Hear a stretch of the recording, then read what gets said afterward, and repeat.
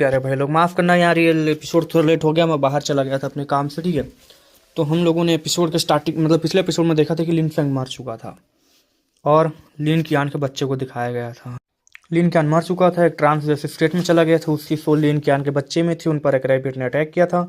तो चलिए उस एपिसोड को वहीं से स्टार्ट करते हैं। एपिसोड के स्टार्टिंग में हमें दिखाया जाता है लिन फैंग एक अलग ही ड्रीम लाइक स्टेट में गिर चुका था। उसकी बॉडी सोल वही थी, पर उसकी सोल उससे अलग हो चुकी थी। उसकी सोल एंडलेस डार्कनेस के बीच ड्रिफ्ट कर रही थी, एक ऐसी जगह जहां सिर्फ अंधेरा था, कुछ भी नहीं। इस डार्क वर्ल्ड में लाइफ का कोई साइन नहीं था, न आवाज, न लाइट, न समय, कुछ भी नहीं। लिन फैंग को याद नहीं रहा कि कितनी देर हो चुकी थी। बस एक चीज थी जो इस अंधेरे में अलग चमक रही थी, एक छोटी सी रेडियंट लाइट।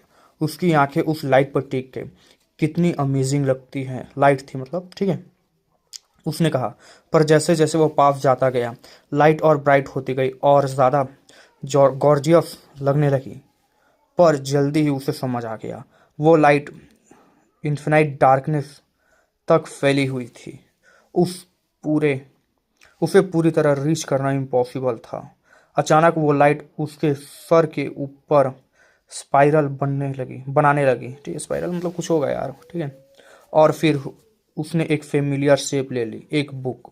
उस पर लिन फैंग को ऐसा लगा जैसे पूरे यूनिवर्स की उस बुक के अंदर बंद हो, जैसे ये किताब क्रिएशन के शुरू से ही मौजूद हो, मतलब एक क्रिएशन के टाइम से एग्जिस्ट करती हो, ठीक है। जैसे इसमें टाइम के शुरू से लेकर एंड तक का सब कुछ लिखा जा चुका हो, ऐसा था। लिन फैंग की आंखों में चमक उठी, एक अजीब सी। ये कोई नॉर्मल चीज़ नहीं थी, ये यूनिवर्स की तरफ से दिया गया एक प्रीशियस गिफ्ट था लिन फैंग को। उसने किताब खोली। अगला पल एंडलेस शॉर्ट्स पेजेस से बहने लगी। शॉर्ट्स, ठीक है, मतलब बहुत सारे शॉर्ट्स पेज से बहने लगी। वो वर्ड्स रुके नहीं, वो वर्ड्स उसके अंदर घुस गए, लिन फैंग के बॉडी के अंदर, ठीक है। जैसे पूरी किताब को नॉलेज उसकी स्किन के थ्रू उसकी बॉडी में एब्जॉर्ब हो रहा हो, ऐसा।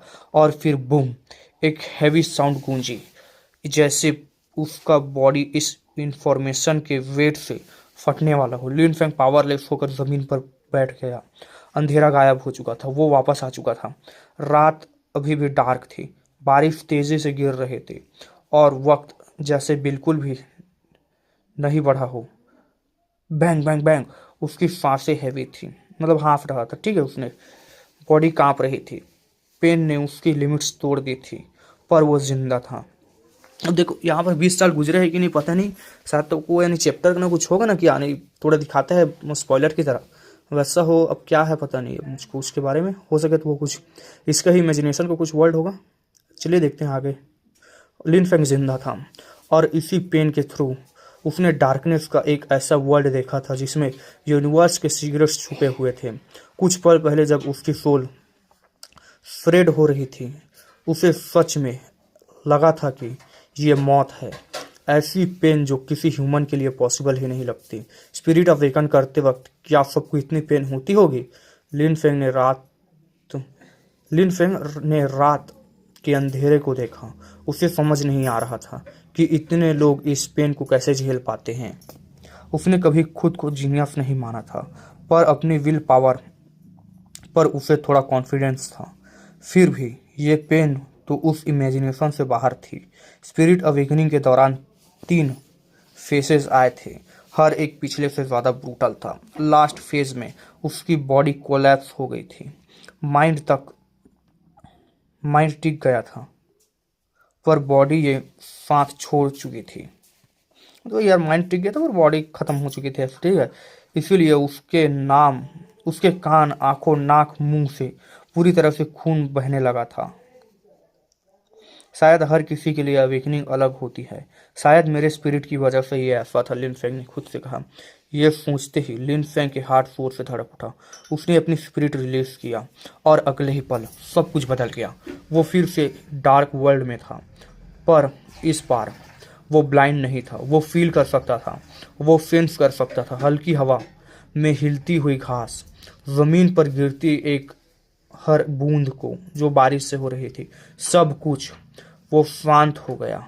उसका माइंड क्लियर था, इस पल उसे लगा जैसे वो ओमनी प्रेजेंट हो गया हो, यानी हर जगह मौजूद होने वाला, ठीक है। जैसे दुनिया का हर हिस्सा उसका हिस्सा बन चुका हो खुद का। और तब उसने देखा वो आंखें उसकी अपनी नहीं थी। Dark, terrifying, non human. उसकी बॉडी थोड़ी कांप गई। Dark spirit. उसके ब्रेन पहले से तेज हो चुका था। चीजें इंस्टेंटली समझ आ रही थी। उसके पीठ के पीछे एक कोलोसल शैडो अपीयर हुआ। शैडो स्पाइरल शेप में था और उसके टॉप पर वो बुक सस्पेंड हो गई। मतलब वही बुक उसके पास थी, ठीक है। वो एक इनहेरिटेंस है, ठीक है। किसका है किसी की इनहेरिटेंस, बहुत पावरफुल इनहेरिटेंस है वो। बुक धीरे धीरे खुली। ये स्पिरिट है। लिन फेंग को याद आया, 2 बार रिलीज होने वाला स्पिरिट एग्जिस्ट ही नहीं करता। पर ये अलग था। ये स्पिरिट को के 2 लेयर्स थे। पहला लेयर डार्क शेडो जो दुनिया में मर्ज हो सकता था, ठीक है, और डार्कनेस बनाता था। दूसरा लेयर था सेलेस्टियल बुक, यानी कि ठीक है उसके शेडोज थी, उसके 2 बुक थे। और वो जो बुक है ना वो एक इनहेरिटेंस है, ठीक है, ये बात याद रखना। Celestial book, book spirit rare था। अटैक या डिफेंस में स्ट्रांग नहीं होता, पर जो भी इससे पोजेस करता है उसकी कल्टीवेशन स्पीड आसमान छूने लगती है, मतलब बहुत बढ़ती है उसकी कल्टीवेशन। 1-2 स्टार्स मतलब जंप करता है मेरा लौंडा, इसी वजह से मैंने उसे दिलाई है, ठीक है। ओ माय गॉड, उसके डार्क प्यूपल्स में 2 सिल्वर लाइट्स फ्लैश चमक उठे। एक पल के लिए फिर गायब एक पल के लिए चमकी, फिर गायब हो गया, ठीक है। ये सिग्नल था। फर्स्ट पेज ओपन हो चुकी थी। I will call you my celestial spirit, उसने कहा। उसकी स्पिरिट धीरे धीरे डिसपियर हो गई। आंखें नॉर्मल हो गई। डार्कनेस हट चुकी थी, पर उसके पीठ पर की का फ्लो अभी भी चल रहा था। व्हाइट की एंडलेसली बह रही थी। लिंक की लेयर लिन फेंग ने ब्रेक थ्रू कर लिया था। डार्क स्पिरिट फर्स्ट लेयर और सेकंड लेयर में थी सेलेस्टियल बुक, जिसे सेकंड लेयर कह सकते हैं, ठीक है। इवन थ्रू उसका स्मॉल स्नेक स्पिरिट अवेकन नहीं हुआ। वो सेटिस्फाइड था। मतलब फर्स्ट स्पिरिट अवेकन हुई, सेकंड हो गए, ठीक है। फर्स्ट लीन की layer. From now I am unstoppable, उसने कहा। उसके लिप्स पर एक कॉन्फिडेंट स्माइल थी। अगर वो लीन की आंख से अब मिलता तो उसे कोई दिक्कत नहीं होती, उसे वो बड़े आराम से संभाल सकता था। आइस और fire universal spirit. Dark spirit के सामने कुछ भी नहीं थी। बारिश अभी भी गिर रही थी, पर हीरोजोन पर सनराइज हो चुका था, मतलब वही किनारे से त्रिकोण से सूरज उठ रहा था, ठीक है। लिन फैंग खड़ा हुआ। कपड़े पूरे भीगे हुए थे। उसने डिस्टेंस की तरफ देखा और शहर में हुई रात की स्लॉटर याद आ गई उसे। अगर वो थोड़ा भी वीक होता तो वो मर चुका होता। नालान लिन फेंग को याद आया। नालान क्लैन ऑफ योंगजू सिटी की नालान फेंग। उसकी आंखें ठंडी हो गई। सूनर और let you will regret if you died did last night, मतलब मैं नहीं मरा, अब तुम मरोगे, ठीक है। लिन फेंग ये कहकर आगे बढ़ गया। इस तरफ हमें दिखाया जाता है योंगजू सिटी की सिटी एवेन्यू पर आज अलग ही सीन था। लोगों का समुंदर जमा था। आवाजें, बहस, एक्साइटमेंट, पूरा एरिया शोर शराबे से भरा हुआ था। 6 लोग ऑलरेडी सिलेक्ट हो चुके थे। उनमें से थे क्यूलान के साथ बस एक स्पॉट बचा है। भीड़ में से एक यंग कल्टिवेटर कॉन्फिडेंस के साथ बोला, वो लास्ट स्पॉट मैं ही लूंगा। उसके पास खड़े आदमी ने ठंडी हंसी छोड़ दी। सपना मत देख, 8th ऑलरेडी डिसाइड हो चुका है। 18 और मतलब वही यार, ठीक है। पोजीशन फेंग कियान 9th की लेयर बाकी सबसे ज़्यादा स्ट्रॉन्ग था। पहले एंट्रेंस नहीं था, इसलिए वेट कर रहा था।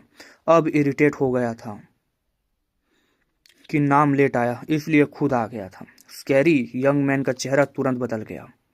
इस साल का नालान क्लैन टूर्नामेंट सिर्फ बिग क्लैंस तक लिमिटेड नहीं था। योंगजू सिटी के बाहर के क्लैंस और छोटे क्लैंस के आउटस्टैंडिंग डिसाइपल्स भी अलाउड थे। हर क्लैन से सिर्फ 8 रिप्रेजेंटेटिव्स थे। ये सिर्फ कंपटीशन नहीं था, ये हॉनर था। प्योर पूरे योंगजू सिटी के सामने अपनी स्ट्रेंथ दिखाने का मौका था ये। नालान क्लैन के 7 नेम्स ऑलरेडी फिक्स्ड थे। क्यूलान के नाम सबसे ऊपर था। बस एक जगह खाली थी और सबको पता था वो जगह फेंग कियान की ही है। ब्लू रॉब्स पहने, पतला शरीर, आंखों में एरोगेंस, फेंग कियान भीड़ से आगे बढ़ा। आर्म्स फोल्डेड, आवाज बिल्कुल ठंडी, मतलब ये लड़का है, ठीक है भाई। लास्ट पार्टिसिपेंट मैं हूँ। उसके टोन ही काफी था। भीड़ को भीड़ के लोगों को दिल में गुस्सा भी था, डर भी था। कुछ यंग डिसाइपल्स फाइट करना चाहते थे, पर स्ट्रेंथ का डिफरेंस सबको पता था। So many trash. फेंग कियान ने भीड़ को देखा डिस्टेंस भरी नज़र से, मतलब वही नीचे दृष्टि से, ठीक है। सब कावर्ड हो इसलिए सिलेक्ट नहीं हुए। टूर्नामेंट के लायक सिर्फ मैं ही हूँ, उसने कहा। मैं हॉल की तरफ बढ़ते हुए मेन हॉल की तरफ बढ़ते हुए उसके फुटस्टेप्स हैवी थे। हॉल के अंदर क्यू लैन और बाकी 6 लोग ऑलरेडी शांत बैठे थे। र्यूमर्स सही थे। कितना एरोगेंट है, बोलते हैं ओपोनेंट्स को क्रिपल कर देता है। उसे चैलेंज करना मतलब खुद का दी एंड था। किसी ने हिम्मत नहीं की थी बोलने की, बस ऐसी बातें चल रही थी। तब अचानक रुको, एक आवाज़ आई। सब शांत भी, पर बिल्कुल क्लियर थी। भीड़ ने पलट कर देखा। दूर से एक वाइट रोब्ड यंग मैन आ रहा था। कपड़े सिंपल थे पर अपीयरेंस बिल्कुल क्लीन। बैक पर एक लॉन्ग स्वॉर्ड, बॉडी स्ट्रॉन्ग पर मोमेंट जेंटल थी। आंखें बिल्कुल, ये लिन फेंग है भाई, ठीक है, बात खत्म, इतना नहीं बोलूंगा। सावर के बाद कपड़े चेंज करके सिलेक्शन की खबर सुनते ही सीधा यहाँ आया था लिन फेंग। फेंग कियान ने पलट कर देखा ग्रीन के साथ, कहा, तुम कह रहे हो मैं वेट करूं? लिन फेंग ने कामली हमें नोट किया। फेंग कियान की हंसी और गहरी हो गई। जानते हो मुझे वेट करवाने का क्या रिजल्ट होगा? उसने कहा। लिन फेंग ने चेहरे पर हल्की सी मुस्कान आ गई। इस कल्टीवेशन वर्ल्ड में ऐसे लोग कॉमन थे मिलना, उसे पता था। थोड़ी सी स्ट्रेंथ मिलते ही खुद को गॉड समझने लगते थे ये लोग। लिन फेंग बिना जल्दबाजी के आगे बढ़ा। भीड़ स्टंड थी। 16 यानी 16 साल का लड़का फेंग कियान को चैलेंज करेगा? कि क्या मजाक है, बातें चल रही थी। फेंग कियान ने ठंडी आवाज में बोला, तुम जैसे ट्रैश को मैं क्रिपल कर देता हूँ। तब सिंह के साथ स्वॉर्ड की आवाज आई। एक ब्राइट लाइट फ्लैश हुई और अगले ही पल फेंग कियान जमीन पर था। खून उसके मुंह से बह रहा था। सांस हैवी थी, बॉडी कांप रही थी। एक घुटने पर आ गया था पर उठ नहीं पा रहा था। लिन फेंग ने कामली अपनी स्वॉर्ड को वापस मैदान में डाला और फिर क्लिक, पूरे एरिया बिल्कुल शांत हो गया। सिंगल स्ट्राइक, क्या पावर है, बातें चलने लगी। लिन फेंग ने बिना पीछे देखे ठंडी आवाज में कहा, तुम बहुत ज्यादा बोलते हो, वर्ड्स का यूज संभाल कर किया करो। मतलब वही ठीक, एक स्ट्राइक मारा और खेल खत्म उसका, और वो सीधे मेन हॉल की तरफ चल दिया। पीछे फेंग कियान वही शब्द रिपीट करता रहा। उसके एरोगेंस टूट चुके थे। कल्टीवेशन का रास्ता ऐसा ही होता है। क्या वर्स्ट है, स्काई वर्स्ट है, मतलब बहुत बड़ा है, ठीक है। वर्ल्ड डीप है। जो खुद को जीनियस समझता है वो अक्सर सिर्फ और सिर्फ वेल, मतलब कुएं का मेंढक होता है। मेन हॉल के अंदर जाते ही एटमॉस्फेयर बदल गया। क्यू लान के चेहरे सरप्राइज से भर गया। I will participate in this round. उस लिन फेंग की आवाज़ काम थी पर फर्म के साथ थी। उसने कहा। तब टेबल पर एक हाथ गिरा। बैंग, कितनी ऑडेसिटी है। वो वाव, उठ खड़ा हुआ। क्यू लान ने ऐसे बात करने की हिम्मत कैसे की? क्यू लान से बात करने की हिम्मत कैसे की तुम्हारी? उसने कहा। वो सिर्फ शो था, अटेंशन के लिए। लिन फेंग ने एक नजर देखा। नेक्स्ट मोमेंट स्वॉर्ड फ्लैश हुई। वो व्याव चिल्ला भी नहीं पाया। स्पीड इतनी फास्ट थी कि रिएक्शन का चांस ही नहीं मिला। लिन फेंग ने उसका कॉलर पकड़ लिया, गेट तक ले गया और कहा, तुम जैसे ट्रैश को टूर्नामेंट में क्या काम, और एक किक मार दी। वो वाव की बॉडी हॉल से बाहर जा गिरी। स्टेयर से रोल करता हुआ स्क्वायर में जाकर गिर गया। पूरी तरह साइलेंस मच चुकी थी हर तरफ और सबको समझ आ गया था ये कोई नॉर्मल कल्टीवेटर नहीं है। भीड़ में बातें चलने लगी। ये वू जियाओ है? हाँ, वही वू जियाओ। हैरानी भरी आवाजें क्राउड में फैल गई जब लोगों ने देखा कि वू जियाओ मेन हॉल से उड़ता हुआ बाहर आया है और सीढ़ियों पर गिरता हुआ नीचे जा रहा है। वू वाओ फेंग कियान से ज़्यादा स्ट्रांग था। योंगसू सिटी में उसका नाम था, पर आज ये सो कॉल्ड जीनियस भी उस अननोन यंग मैन के सामने टिक नहीं पाया था। जख्मी होना और सबके सामने बेइज्जती, ये थी उसकी कीमत लिन फेंग को गुस्सा दिलाने की। लिन फेंग ने कोई मर्जी नहीं दिखाई। एक किक और वू वाओ मेन हॉल से बाहर। ये कौन सा यंग डिसाइपल है? कितना एरोगेंट है? किस क्लैन का है? आज से पहले कभी नहीं देखा। पूरा क्राउड एक ही सवाल सोच रहा था, यही सभी, ठीक है। यंग सिटी में इतना स्ट्रॉन्ग जीनियस और किसी को पता नहीं चला, ये कैसे पॉसिबल था? अगर इन्हें पता होता कि ये वही लिन फेंग है जिसे लिन क्लैन से ट्रैश कहकर निकाल दिया गया था, जिसके फादर अपने बेटे को बचाने के लिए एक जूनियर पर हाथ उठा बैठा था, तो शायद ये लोग बोल भी नहीं पाते। जो ट्रैश था कहानियों में, आज वही यंग मैन सबके ऊपर खड़ा था। इधर मेन हॉल के अंदर जो बाकी डिसाइपल्स थे, सब योंगजू सिटी के स्मॉल क्लैंस के टॉप टैलेंटेड थे, पर वो लोग जिन्हें क्लैंस ने अपना फ्यूचर माना था, एनुअल टूर्नामेंट का दिन आ चुका था। मतलब टॉप लोग थे वही जिन्हें अपना फ्यूचर मानते थे क्लैंस, ठीक है। और टूर्नामेंट का दिन आ चुका था। जैसे ही बिग क्लैंस के लोग अरीना में आए, क्राउड में एक्साइटमेंट और बढ़ गई। ये मौका था योंगजू सिटी के फ्यूचर को अपनी आंखों से देखने का। उधर देखो, साउथ साइड में लिन क्लैन बैठा है, बीच में लिन बादाओ। लगता है रूमर सच है, लिन हाई का कल्टीवेशन क्रिपल कर दिया गया है और फिर फादर एंड सन दोनों को क्लैन से निकाल दिया गया। बातें हो रही थी हर जगह। लिन क्लैन आज सबकी नज़र में था। वो लिन कियान है, कितनी सुंदर है पर डेंजरस भी। सिर्फ 16 साल में लिन की लेयर। अगर वो मेरी वाइफ बन जाए तो पागल हो क्या? चुप रहे। लिन क्लैन ने सुन लिया तो कल्टीवेशन भी नहीं बचेगी। नालान क्लैन भी आ गया था। वो देखो, सिटी लॉर्ड और नालान फेंग प्रिंसेस, हर तरफ यही बातें हो रही थी। नालान क्लैन ने अपनी जगह ले ली। नालांग जियांग लंबा मजबूत ऑरा से ही पावर दिख रही थी। उसके खड़े होने भर से ही लोग समझ गए ये नॉर्मल आदमी नहीं है। नालान सियाओ ने क्राउड को देखा और मुस्कुराया। आज जो सब यहाँ आए हो, मुझे खुशी हुई आप सबको यहाँ देखकर, लेकिन याद रखना, जो ट्रबल क्रिएट करेगा उसका साथ मैं सॉफ्ट टोन में बात बिल्कुल नहीं करूंगा। क्राउड पूरी तरह से चुप हो गई। नालान क्लैन के सामने कौन हिम्मत करता बोलने की? ठीक है, बहुत बोल लिया मैंने, उसने कहा। तुम लोग ओल्ड मैन की बातें सुनना नहीं आए हो। आओ हमारे यंग कल्टीवेटर्स के स्टेज पर बुलाते हैं। नालन स्याओ ये कहकर बैठ गया और उसी पल अरीना की हवा बदल गई। यंग जनरेशन सब स्टेज पर बढ़ने लगे। स्ट्रॉम शुरू होने वाला। इधर हमें दिखाया जाता है एक बड़ा सा बैटल अरीना था जिसमें कई फाइटिंग स्टेजेस बने हुए थे। हर एक स्टेज पर 8 सिलहाउटेड खड़ी थी, ठीक है। बीच का सबसे ऊंचा स्टेज नालान क्लान का था। सबसे ऊपर जैसे बैटल के वॉरलॉर्ड्स को, नीचे सबको देखते हुए बाकी क्लैंस अपने अपने स्टेजेस पर थी। जैसे रात के आसमान में चांद के इर्द गिर्द तारे बैठे हों। Gu clan, Lin clan, Wen clan सब यहाँ मौजूद थे। छोटे क्लैंस की तरफ एरोगेंट मिक्यूलान ने बड़ा रोल रहा था, ठीक। अरेंजमेंट में यार, एरोगेंट में बोलो, अरेंजमेंट में, ठीक है। इसी वक्त नालान स्याओ ओंग के पास बैठा एक बुढ़ा आदमी खड़ा हुआ। उसकी नज़र सभी स्टेजेस पर गई। उसकी आवाज़ धीमी थी पर भारी थी। आज का टूर्नामेंट योंगजू सिटी के सबसे स्ट्रॉन्ग यंग कल्टीवेटर्स की स्ट्रेंथ टेस्ट करने के लिए है। इसलिए कोई मर्जी नहीं। अरीना में एक पल के लिए यह सुनकर सन्नाटा छा गया। डिफीट होने पर सरेंडर अलाउड है, पर अगर कोई सरेंडर नहीं करता तो फाइट तब तक चलेगी जब तक कोई मर ना जाए या क्रिपल ना हो जाए।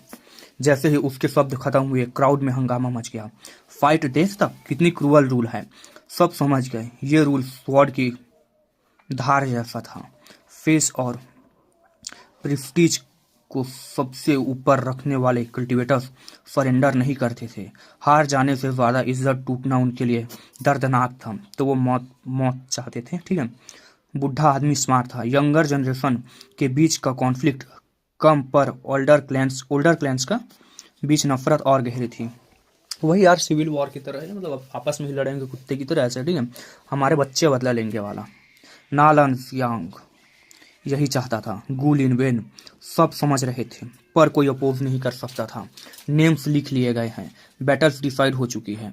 बूढ़े ने सीधे कहा, किसी को ऑब्जेक्शन है कोई? गू क्लैन का हेड हल्का सा हंसा। नालन क्लैन ऑर्गेनाइज कर रही है, मुझे कोई प्रॉब्लम नहीं। लिन बादाओ भी सीधा कहा, कोई ऑब्जेक्शन नहीं। बुढ़ा आदमी ने सर हिलाया। रूल्स फर्स्ट बैटल से अप्लाई होंगे। हार एलिमिनेशन, जीत नेक्स्ट राउंड में भेज दिया जाएगा। फिर उसने लाउड और क्लियर आवाज में अनाउंस किया, Nalan stage, Nalan Feng versus Wenji second east stage, मतलब वही सबसे टॉप पर स्टेज है, उसमें नालन रहेंगे, ठीक है। Guyan versus Lin Wu. South stage Lin Wu versus Wen Feng. West stage Nalan Wu versus Feng Yan. North stage Duo Ming versus Gu King junior. JR लिखा जूनियर ये पढ़ेंगे, ठीक है।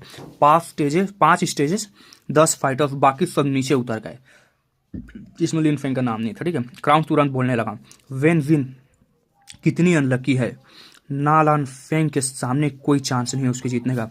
इस ईस्ट स्टेज लिन वू जीतेगा, south में वेंग Feng, north में दुओमिंग मास्क पहने हुए, बेचारा गु किंग जेआर के सामने डूम्ड है, मतलब डूम स्टे है, ठीक है। यही बातें हो रही थी। नॉर्थ स्टेज पर डुओमिंग सबसे ज़्यादा अटेंशन खींच रहा था।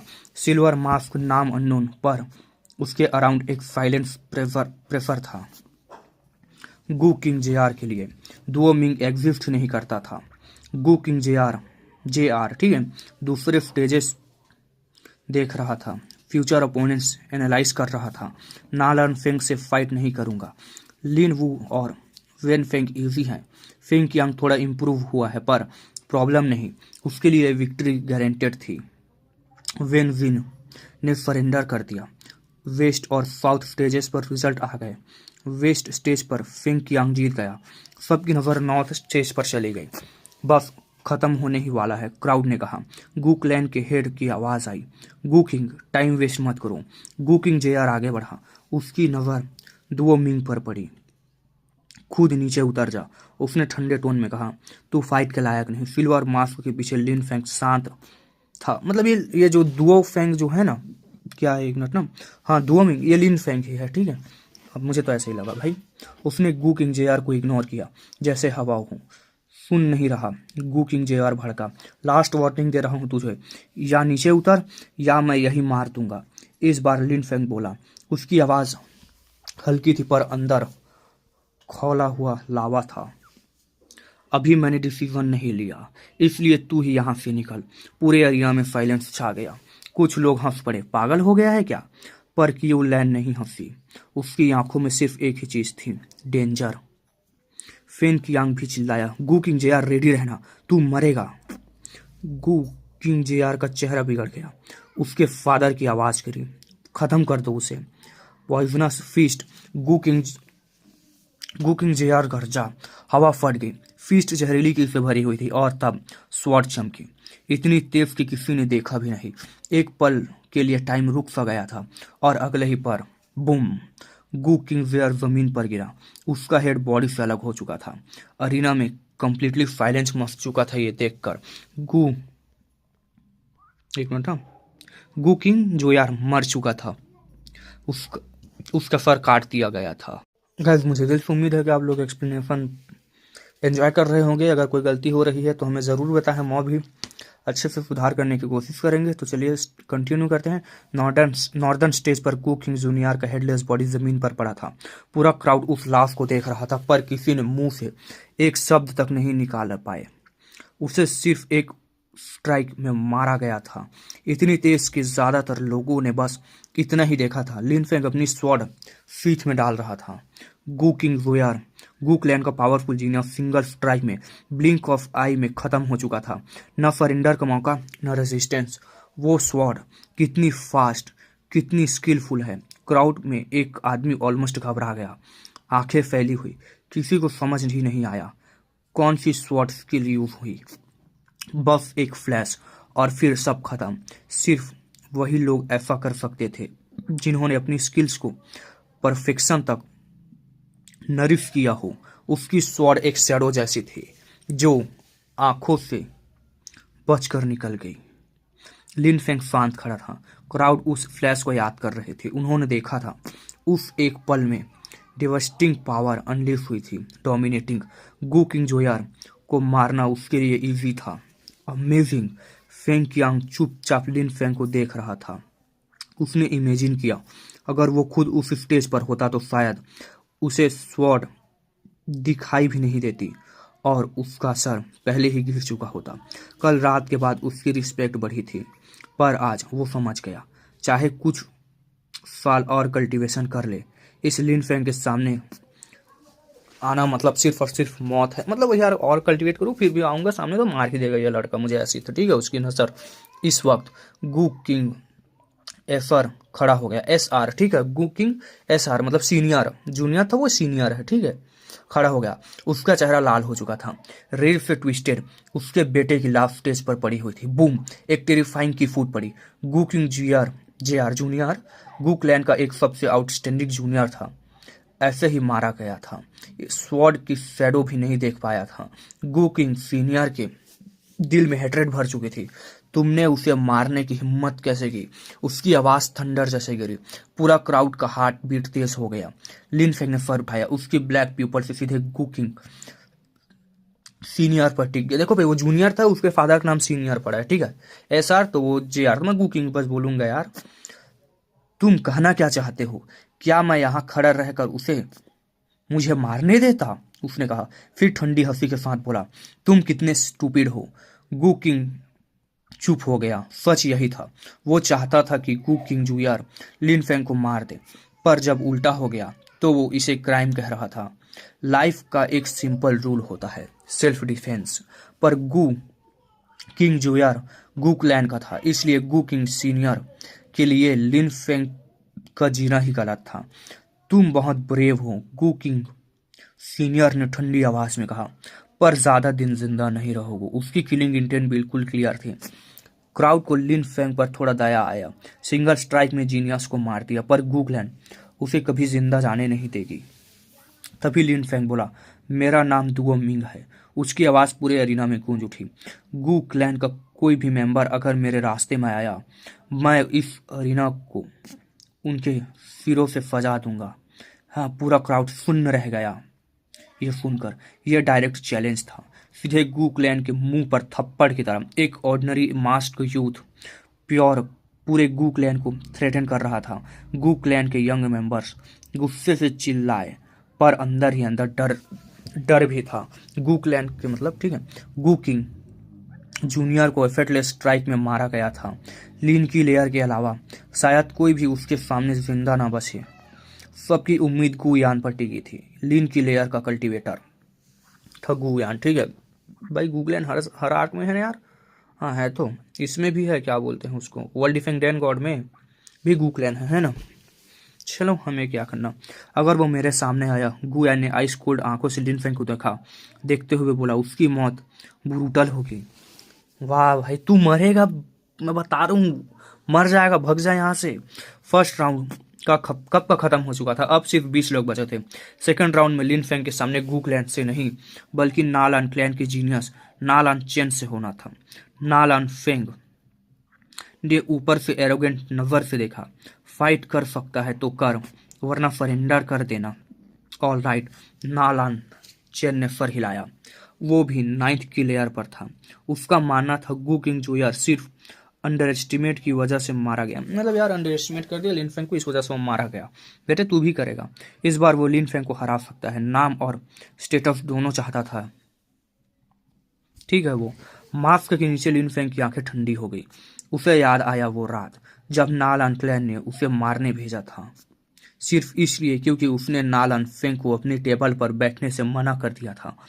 I will use my full power, Nalan Chen बोला। मैं सबको दिखाऊंगा नालान क्लैन कितना पावरफुल और ग्लोरियस है। ऑल राइट, लिन फेंग ने कोल्ड स्माइल के साथ कहा, जल्दी शुरू करूं। Divine arm spirit. Nalan Chen के पीछे एक मैसिव मस्कुलर आर्म स्पिरिट उभर आया, आसमान को छूने जैसा। सिर्फ डायरेक्ट ब्लड लाइन वालों के पास ही ऐसा होता था।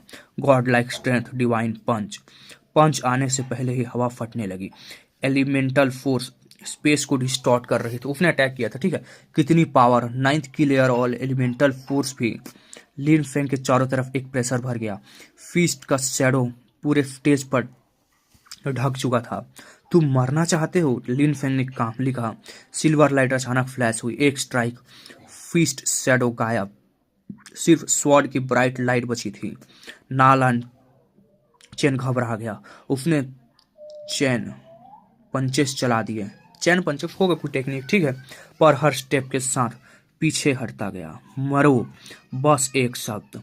शॉट से एक ओवरवेलमिंग लाइट निकली।